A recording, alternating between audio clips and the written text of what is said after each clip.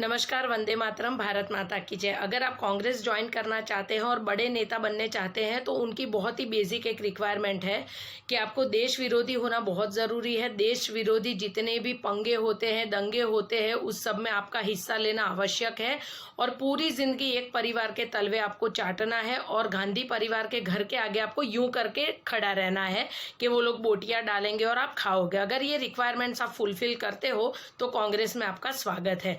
ये किस्सा इसलिए मैं आपको सुना रही हूँ क्योंकि अधीर रंजन ने जो हरकत करी है वो साफ साफ दर्शाता है कि इसके जितने भी मेल नेता है उसमें से 95% सिर्फ 2 कौड़ी के हैं।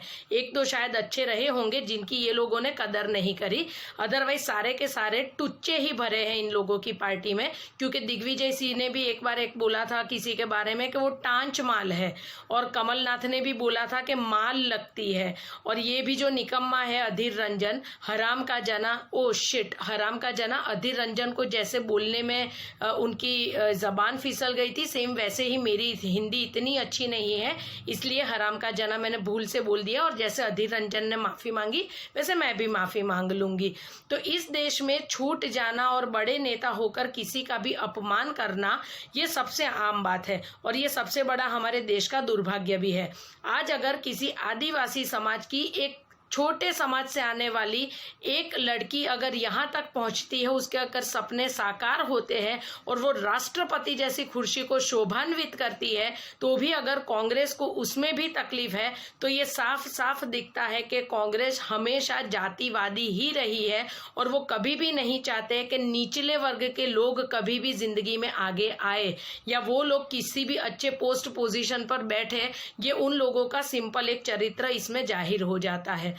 दूसरी बात कि आज अगर आप लोग मार्क करोगे ना, कांग्रेस शासित राज्यों में अगर दलितों पर अत्याचार होंगे, पीड़िता होगी वहां की, अगर जिसके ऊपर रेप हुआ है या लड़की को मार दिया जाता है, तब इसका औरत बन के ना प्रियंका गांधी का खून कभी नहीं उबलता है। लेकिन अगर भाजपा शासित राज्य है तो उसका खून तुरंत ही खौलने लगता है और वो रास्ते पर आ जाती है।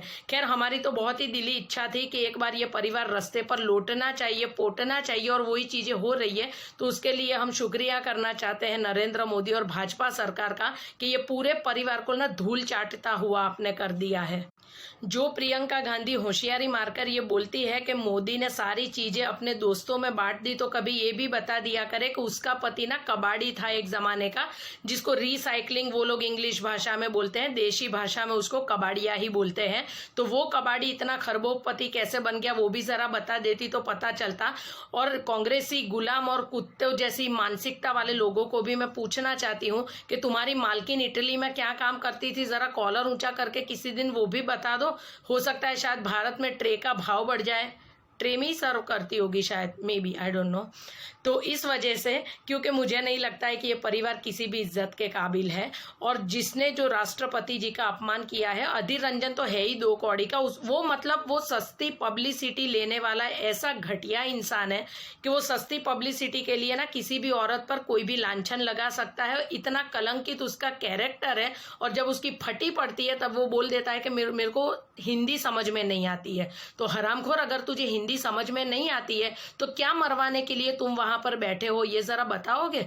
क्योंकि जब तुम्हें किसी के बारे, और अगर तुम्हें बोलने की तमीज नहीं है और तुम्हें हिंदी समझ में नहीं आती है, तो कभी तुमने सोनिया गांधी को सोनिया गधी क्यों नहीं कहा, या तुम्हारे ओरिजिनल गधे को तुमने राजीव गधा या राहुल गधा या प्रियंका गधी क्यों नहीं बोला? क्यों फटती है वहां पर? तब तुम्हारी बोलने में कभी गलती नहीं होती है, क्योंकि वहां तो मैडम मैडम करके तलवे चाटना है, क्योंकि बोटियां मिलती है तभी जाकर तुम्हारे घर चलते हैं। क्योंकि तुम्हारी तो वो औकात है नहीं कि अपने बीवी बच्चों को 2 टाइम ना अपनी इज्जत से कमा कर खिला सको, तो इसलिए वहां पर तुम्हारी बोलने की गलती कभी नहीं होती है। सच में बोल रही हूँ, इसको है ना, सांसद में जितनी भी औरतें बैठी थी ना, राष्ट्रपति जी का अपमान करने के लिए इसको ना सही में ना जूतों से पीटना चाहिए था। कानून गया तेल लगाने, इसको सही में ऐसा पीटना चाहिए था कि आगे चल के ना किसी औरत की बेइज्जती करते हुए ना ये 10 बार ही सोचता। लेकिन हमारे देश में हम सोचते हैं चलो ठीक है जाने दो, और वो ऐसे घटिया और नीच मानसिकता वाले जो लोग होते हैं ना, वो एक कागज चिट्ठी में सॉरी लिखकर वो भिजवा भी देते हैं। और बड़े दिल वाले जो लोग होते हैं ना, राष्ट्रपति जी के जैसे, द्रौपदी जैसे, उन लोगों को ना माफ करने की आदत पड़ गई होती है, क्योंकि जिंदगी में वो इतना सहन कर कर आगे आए हैं। तो ऐसे 2 कौड़ी के लोगों को इतना पब्लिसिटी देना शायद द्रौपदी जी को है ना ठीक भी नहीं लगा होगा, इसीलिए इस टुच्चे को ना उन्होंने कोई उसके ऊपर कमेंट करी, ना इस टुच्चे के पीछे उनको टाइम बिगाड़ना भी सही लगा। सबसे घटिया बात तो ये है कि वैसे सोनिया गांधी और प्रियंका गांधी जो झंडा लेकर, आपको लगता होगा कि मैं प्रियंका गांधी क्यों बोल रही हूँ, क्योंकि इन लोगों के घर में है ना मर्दों की इज्जत सिर्फ चप्पल में है। इंदिरा गांधी को देख दो, कभी अपने पति का नाम लिया, अपने पति को फेमस किया नहीं किया। आज भी ये दो टुच्ची औलादे जो है वो इंदिरा गांधी के नाक पे और इंदिरा की बहू हूँ, इंदिरा का पोता हूँ, यही चल रहा है। मतलब दादा तो कुत्ते की तरह सिर्फ नाम की खातिर ही रह गया था, ऐसा इन लोगों का व्यवहार है।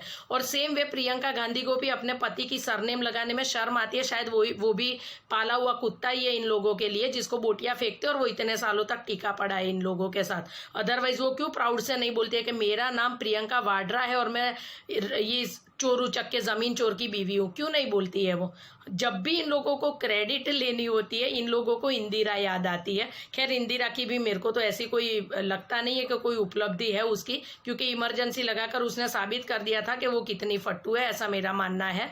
और ये लोकशाही में सबको सब कुछ बोलने की आज़ादी है। जो कल को उठ के बोल रहे थे मोदी चोर है, मोदी चोर है, आज ईडी के सामने गिड़गिड़ाते हैं कि हम चोर नहीं है। और मुझे ऐसा लगता है कि अगर इतने ही सत्यवान है ये परिवार, जो कि है नहीं, हालांकि ये तो 2 कौड़ी के लुखे परिवार है, गांधी परिवार, तो मुझे ये समझ में नहीं आता कि सुकन्या देवी के रेप केस के मामले में जब राहुल गांधी को समन्स गया था, अगर वो इतने ही सत्यवान है तो तब भी वो कोर्ट में क्यों पेश नहीं हुए थे। और आज भी अगर ईडी अगर इनको बुलाती है तो ये पूरे कुत्तों की फौज लेकर क्यों जाते हैं अपने आप की पब्लिसिटियां दिखाने के लिए, ये मुझे समझ में नहीं आता। अगर तुम ये बोलती हो मैं इंदिरा की बहू हूं, मैं किसी से डरती नहीं हूं, तो अकेली जाना ईडी के दफ्तर।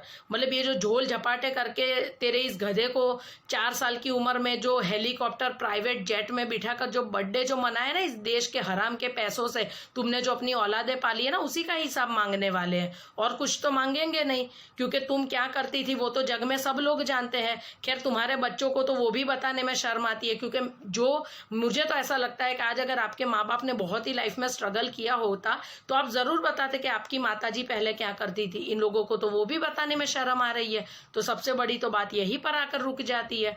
तो ये गांधी परिवार देश को बर्बाद करने में अव्वल दर्जे का अगर कोई घटिया खानदान है तो ये गांधी परिवार है।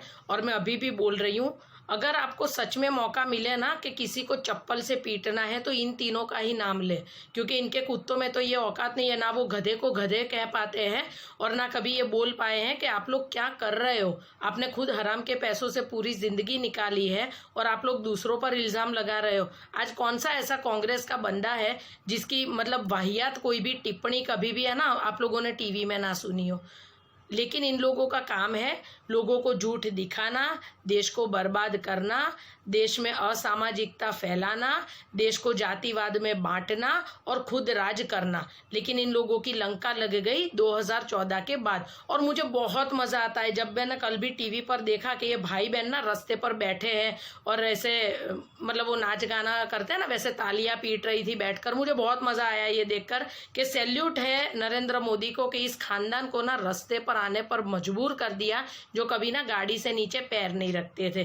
तो ये सारी जो है ना, इसका सारा क्रेडिट मैं मोदी जी को दूंगी और भाजपा सरकार को दूंगी कि इस परिवार को रास्ते पर लाने के लिए आपका दिल से धन्यवाद। और अच्छे दिन अगर हम लोगों को देखने हैं तो आप लोग भगवान से प्रार्थना करें कि जिस तरीके से संजय राउत भी अभी हवा फेर करने के लिए अंदर गए, तो ये माँ बेटे को भी थोड़ा हवा चेंज करने के लिए, समझ गए ना।